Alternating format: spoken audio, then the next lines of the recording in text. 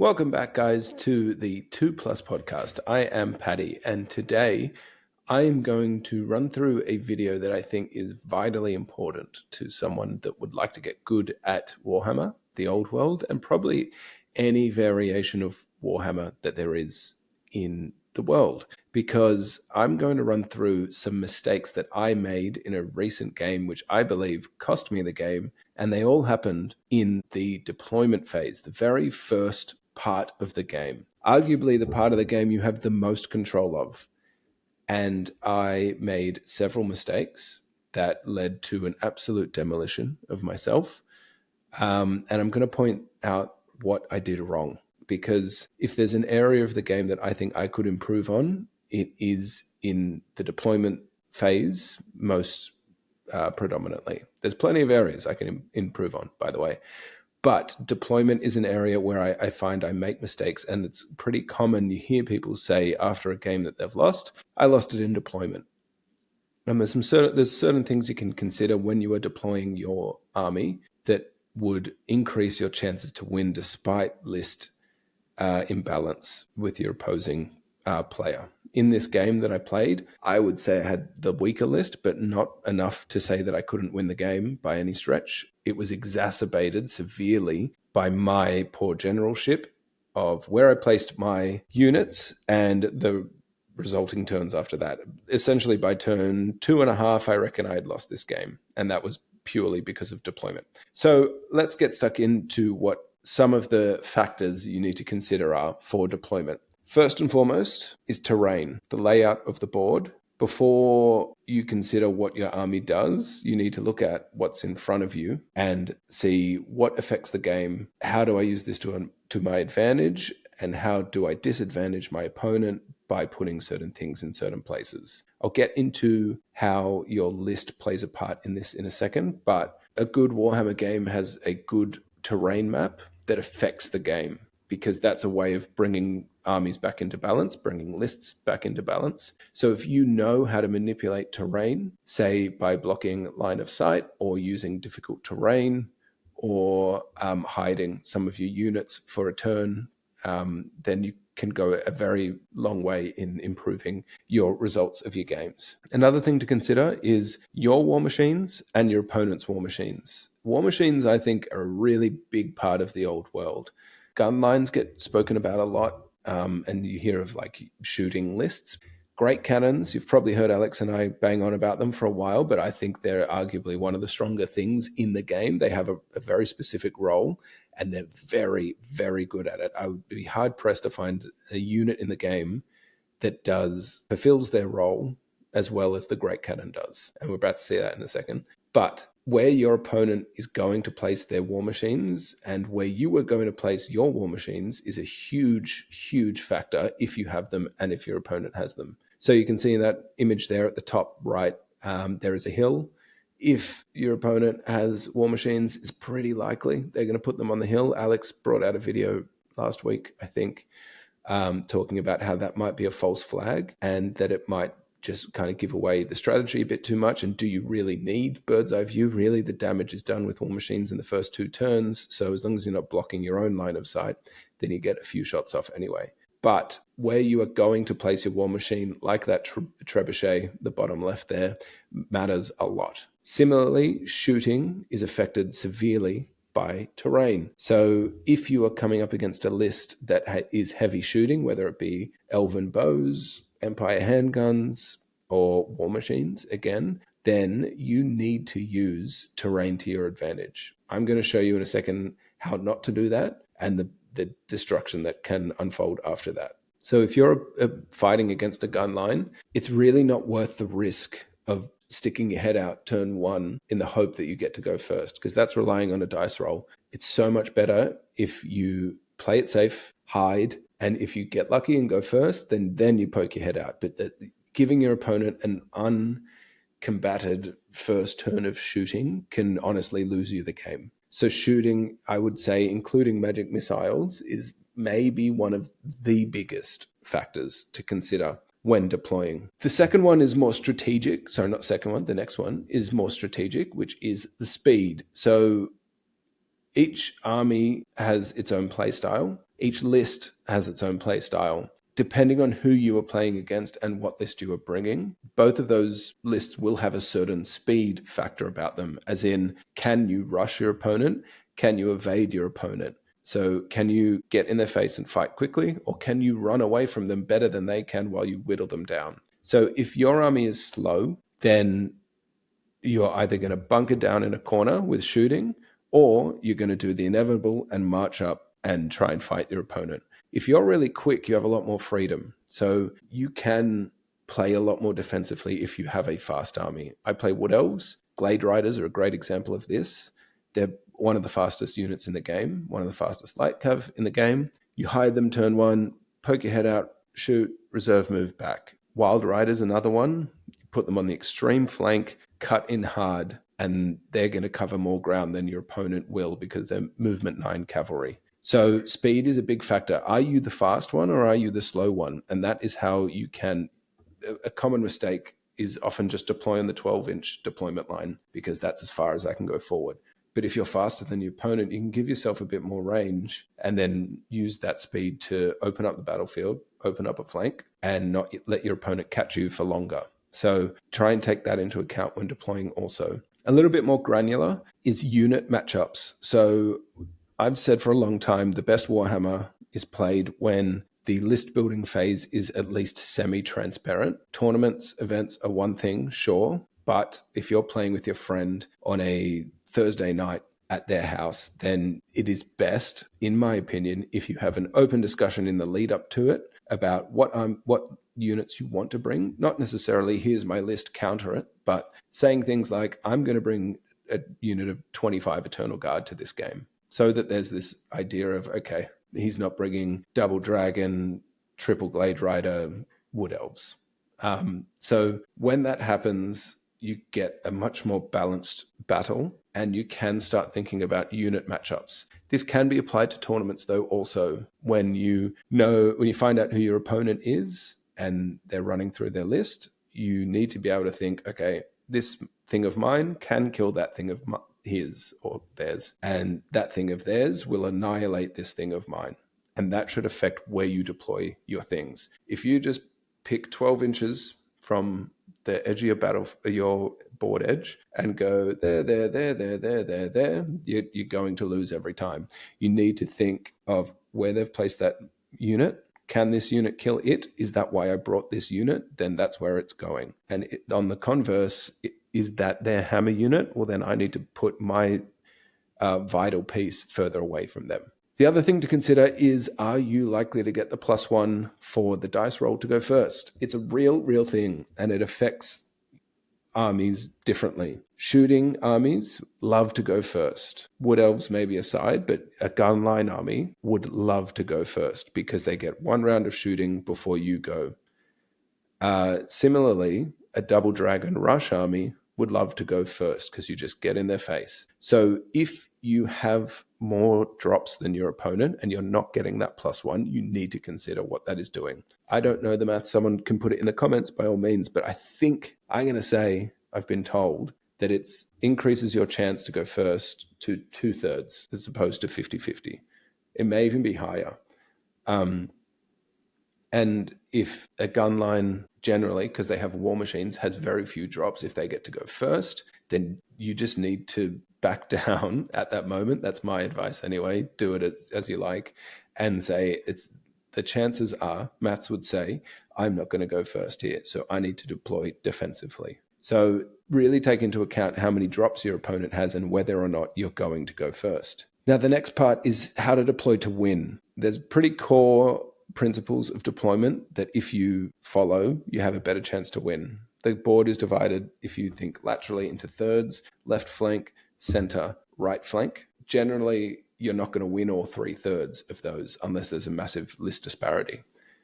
What you need to consider is which ones can you win. If you win 2 out of 3 of them, generally you win the game. I think that is, at least in a balanced Warhammer perspective, pretty accurate. In saying that as well, while you want to win 2 of those 3/3, willingly sacrificing a third is also a pretty strong strategy. So you can put a high value target there, which you can afford to lose, and put it on that side so your opponent may stack that board a bit heavier, and then deploy in the center, deploy on the right flank, and then wheel around throughout the game and clear the board. So try and think of it as sections, and we'll get to the next point in a second, which determines that even further, rather than just a big board. If you can segment it into thirds, you'll get a lot clearer idea of how you can control the table. And that next point is objectives. So you can see in that photo there, 2 towers in the tournament I was playing against Gomo from Old World Fanatics. Shout out them. If you don't know them, check them out on YouTube. 2 towers in the middle were worth extra points if you controlled them at the end of the game. And you got bonuses for being in the towers as well. So if you are playing a tournament nowadays, even if you're playing Social Warhammer, chances are you are going to be playing objectives. So you need to deploy in a way that means you can contest, capture, or hold objectives so that you can win the game. If you're playing objective-based Warhammer and you're not going for the objectives, unless, again, there is a severe list disparity and you can just wipe your opponent, chances are you're going to lose the game. So you need to consider those things.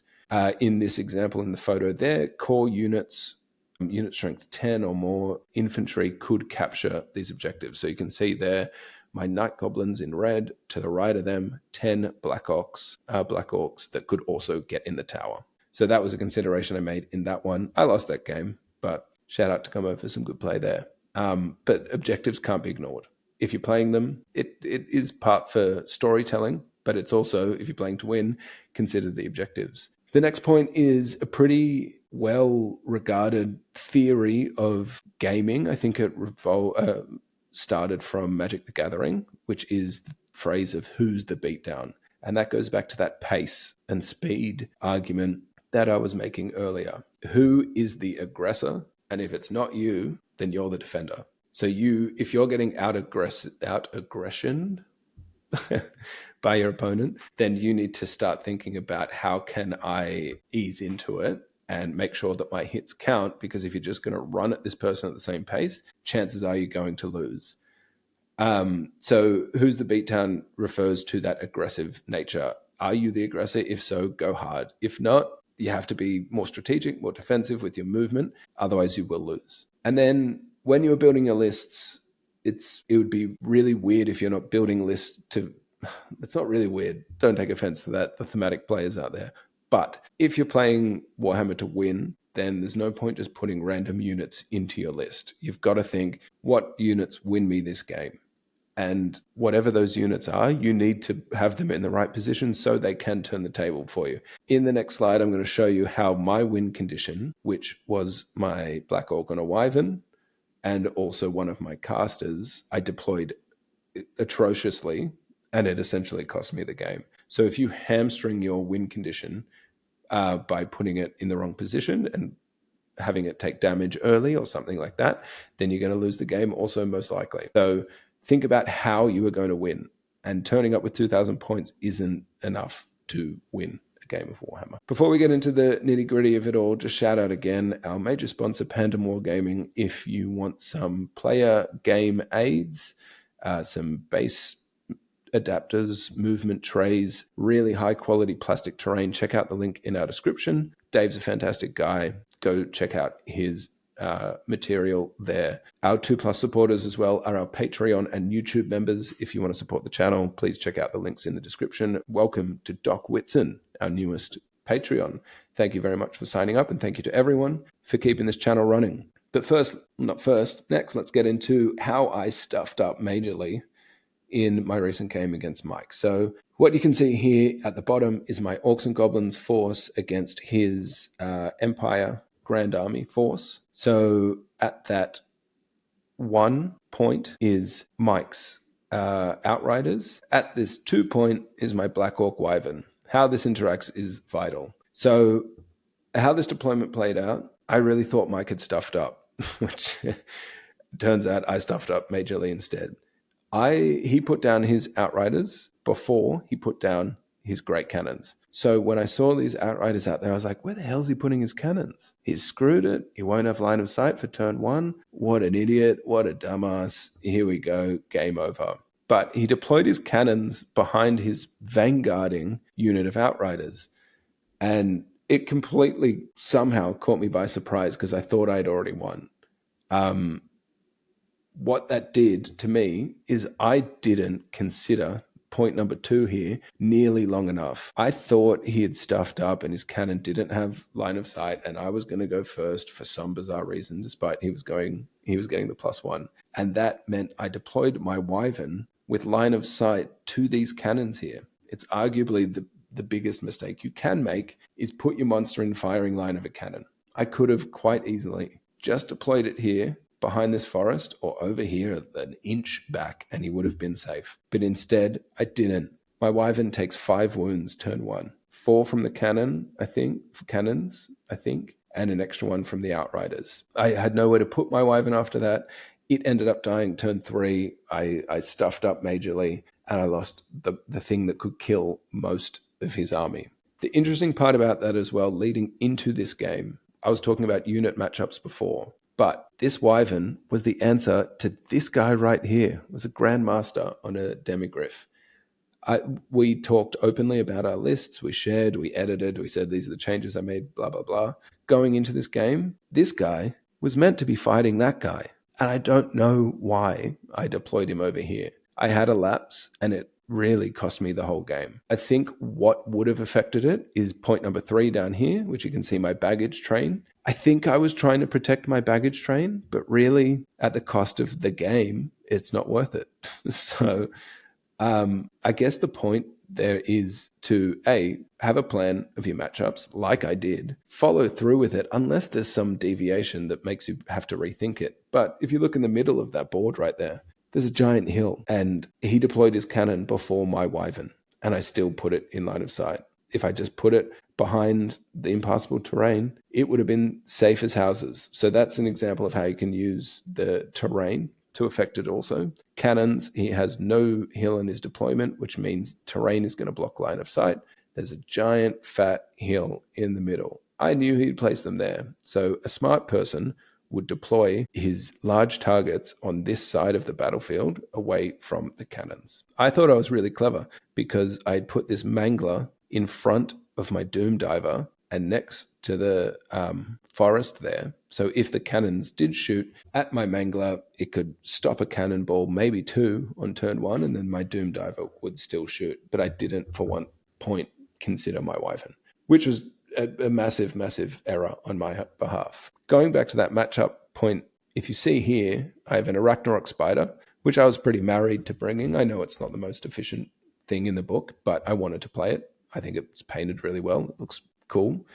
And it has fun abilities, even if they're not good. But I thought the static combat res plus the underperforming Spider would be enough to match the Demigryphs with Grandmaster in there, who had an Ogre Blade. But those last 2 words I just uttered, Ogre Blade, means I should be putting this Spider with a 4-up save and 7 wounds, toughness 6, nowhere near the guy who has D3 wounds on his attacks at strength 6, re-rolling ones because of his knightly order. So I completely failed on the matchup aspect. I completely failed on protecting my win condition, which is my Wyvern, and Mike deployed very well by recovering from what you might call poor deployment by putting his outriders down first, blocking line of sight for his cannons, by putting his cannons behind a vanguarding unit that then vanguarded out of the way, giving line of sight to my prime target. One thing which I was pretty married to once I knew what board we were going to be playing was my big core unit was playing for the objective. And that I think was pretty unavoidable. So out of all of the things in my deployment, I probably got this right, I probably got that right, and this drastically wrong, and this drastically wrong. The Fanatics were meant to be an okay matchup against them, but they didn't deliver. But I ended up losing this game 20-0, what you'd call a 20-0. He wiped my entire army, killed my Wyvern without it getting into combat. I then got flustered and moved my Wolf out of lone character targeting protection, and it was all because of deployment. So it's an example of how it can really stuff with your head and make you lose games. I want to save a little face because this is an example of how I deployed well in a game. And mind you, this was before 1.5, but I thought this was a good photo of how two different army lists played and how you can manipulate it to your advantage. So this was against Dylan at one of the Western Sydney Wargamer tournaments, Old Hammer, one of the best tournaments in Australia, undisputed in my mind. But this was my Wood Elves against his Dwarfs. So you can see, and if you're ever playing against Dwarves, they'll often deploy very tightly and won't take up a lot of space. And it's the complete opposite for Wood Elves. Wood Elves tend to spread out, use their speed and maneuverability to manipulate the board and spread out your opponent so you can pick off weak targets. And that point leads to this number one over here, where I had 2 units of Wild Riders, as I mentioned before, one of the fastest units in the game, one of the best hammers in the game that aren't dragons. I deployed them together on the weak flank for my opponent so that I could win this flank and then threaten his main force in the middle. And that's exactly what happened over the course of the game. I killed that unit of 5 Iron Drakes. I veered left and I ripped through his artillery. On to number 2. As I mentioned, he deploys in a little box. There's certain areas of Wood Elves that will deploy in a box. And Wood Elves are the best users of terrain for deployment in the game because they get to bring an extra forest. So this was the natural forest on the deployment, and this was the one I brought, creating one mega forest that blocked line of sight, which meant for an army that had Iron Drakes, 2 Grudge Throwers, and an Anvil of Doom, I was able to deploy my evasive unit at the end of the forest, use this forest to block line of sight to some high priority targets in case I went second, as my opponent had the +1 to roll, so that if he got the jump on me, I was protected, couldn't kill my stuff. And then if I got to go first, I just move out or I whittle him down until I can move out. So that's an example again of how to use a protected side of the board using terrain to protect your units. I've gone through this already, how my opponent Dylan deploys in a box, narrowing the amount of map that he can use. And that when you know who you're playing against is something you have to identify early, and just you can guess. Like, I know that Dylan isn't going to go 1 unit here, 1 unit here, 1 unit here, 1 unit here, 1 unit here, 1 unit here, 1 unit here, because Dwarves don't do that. Playstyle isn't everything, but Dwarves is about as hard burnt in as you can get. So knowing that, I was able to be more flexible and wide in my deployment. So if you're playing against Empire, bit of a mixed arms army, you'd imagine a wide deployment. You'd imagine war machines, bit of shooting, bit of static combat res, guy in a griffin. That kind of thing is deployed wide. If you think of meta vampire counts with the big block of Graveguard at the front, a Mortis engine in the middle, some ethereal things on the flank, maybe a Terrorgeist or 2 on either side, not a lot of fast-moving things, but they are going to deploy centrally, or at least like Dwarves, in a little block. So you need to know these kind of matchups so that you know how to pre-plan your deployment. The other thing with number 4 down here, so you can see my Glade Riders there. As I said, one of the most maneuverable units in the game. I was able to, because I had such a protected flank on the right,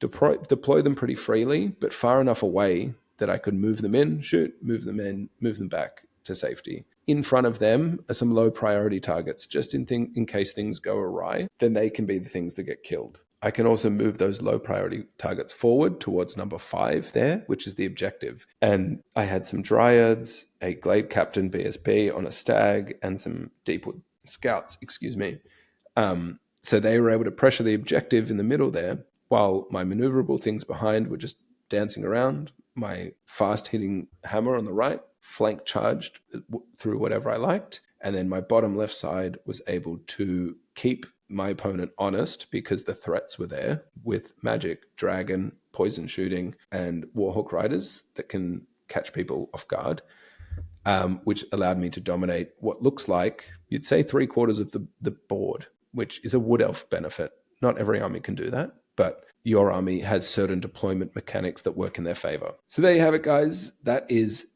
how you make mistakes, how you don't make mistakes in deployment. I think it's probably the part, if you're trying to be good at Warhammer, is the part you have to get right.